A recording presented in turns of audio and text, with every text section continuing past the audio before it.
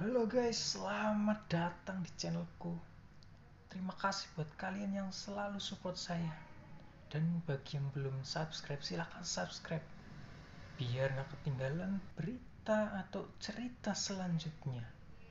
Oke, tanpa berbasa-basi kita saksikan videonya. Tapi sebelum itu, intro dulu, oke?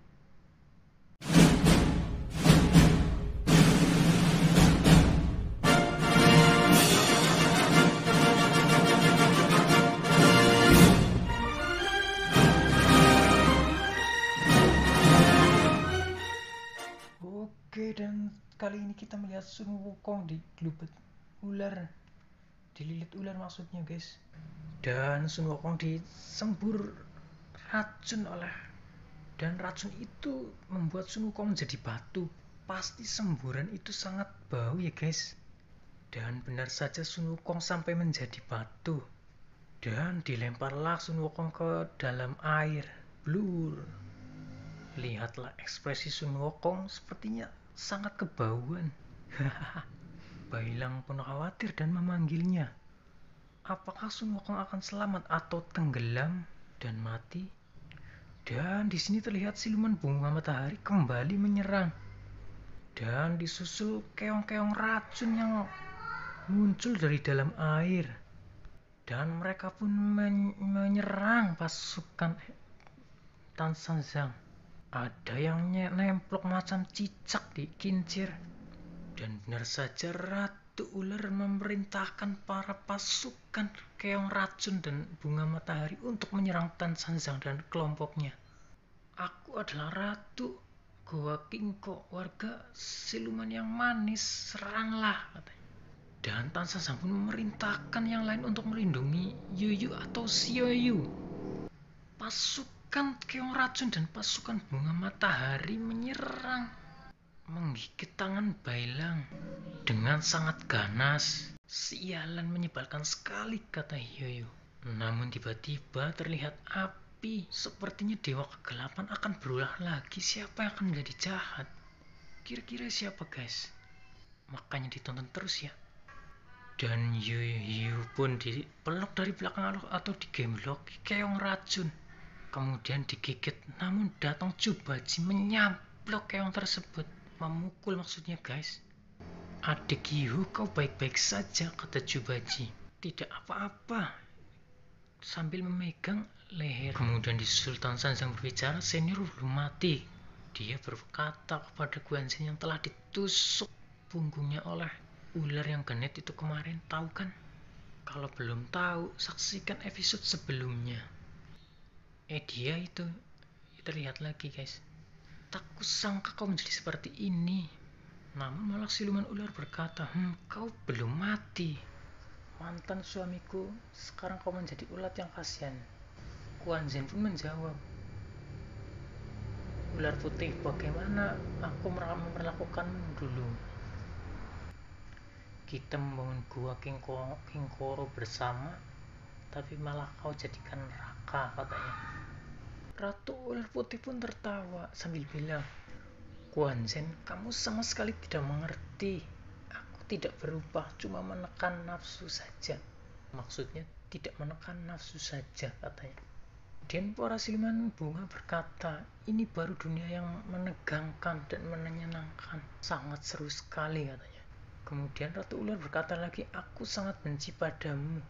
Kamu sungguh tidak menarik, katanya.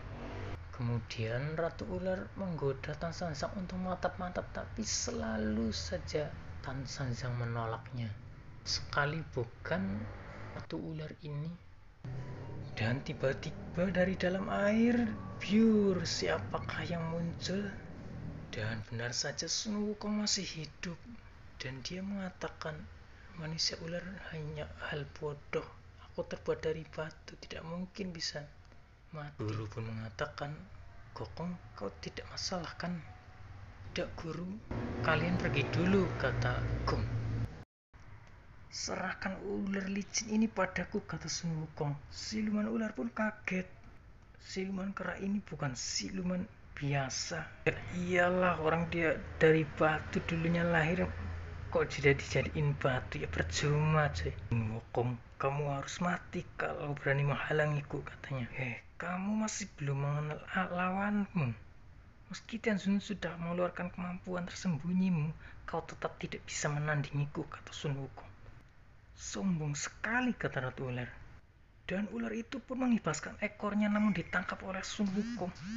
Kemudian lehernya dicekak sampai tak berdaya. Kemudian dibanting ke atas air. Ya elah Sun Wukong, kenapa enggak dibanting ke atas batu saja biar mati? Kemudian ular itu pun kembali melihat Sun Wukong. Namun diciwit Sun Wukong hingga terlepas kembali. Maksudnya dicubit. Kemudian ular itu ditempeleng oleh Sun Wukong hingga dia jatuh ke bebatuan. Dan Sun Wukong pun sangat marah sambil memukul-mukul dadanya. Siluman, kutunjukkan kemampuanku, katanya. Kemudian siluman itu pun kembali menyerang. Menegangkan sekali ya guys. Dan Sin berpindah ke Tan San lagi. Guan Zin mengatakan bahwa semua rombongan pergi. Mumpung aku masih sempat, aku akan mengantar kalian. Bagaimana denganmu, kata Tan San Zhang. Guan Zin pun menjawab, aku tidak apa-apa. Aku tidak bisa meninggalkan tempat ini, katanya. Pergi cepat. Suatu yang hilang mana mungkin bisa kembali. Aku terlalu bodoh. Aku selalu terjebak dalam harapan yang tidak pernah ada, kata Guan Zin. Tan San Zhang pun berteriak kepada semuanya. Dia akhirnya bisa membantu. Bersiap ke kapal, kita kembali ke jalur kincir air, kata Tan San Zhang. Kemudian Guan Zin menarik tuas kincir air tersebut. Tan San Zhang, aku sebagai senior ini satu-satunya hadiah dariku, mengantarmu ke jalur monster yang jauh, katanya. Naik, dorong kapalnya. Yihu yang sedang dikejar-kejar siluman, dia pun melompat.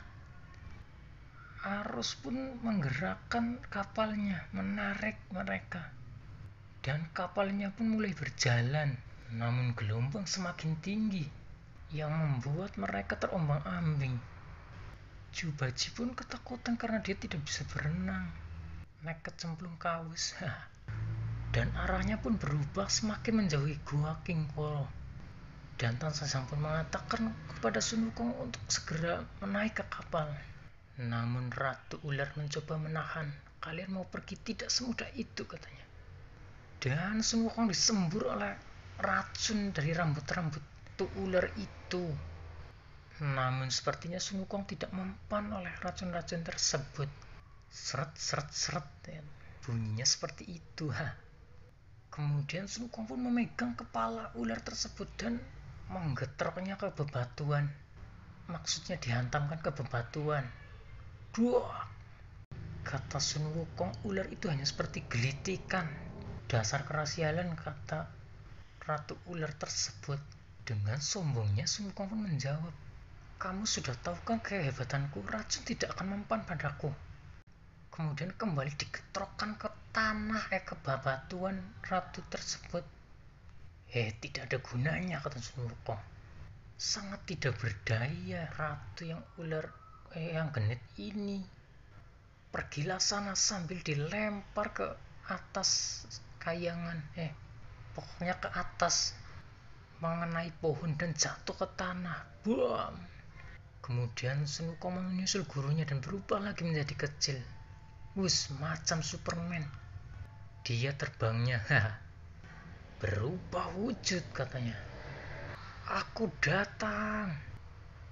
Kemudian dari belakang Guan Zin digigit oleh bunga matahari siluman itu.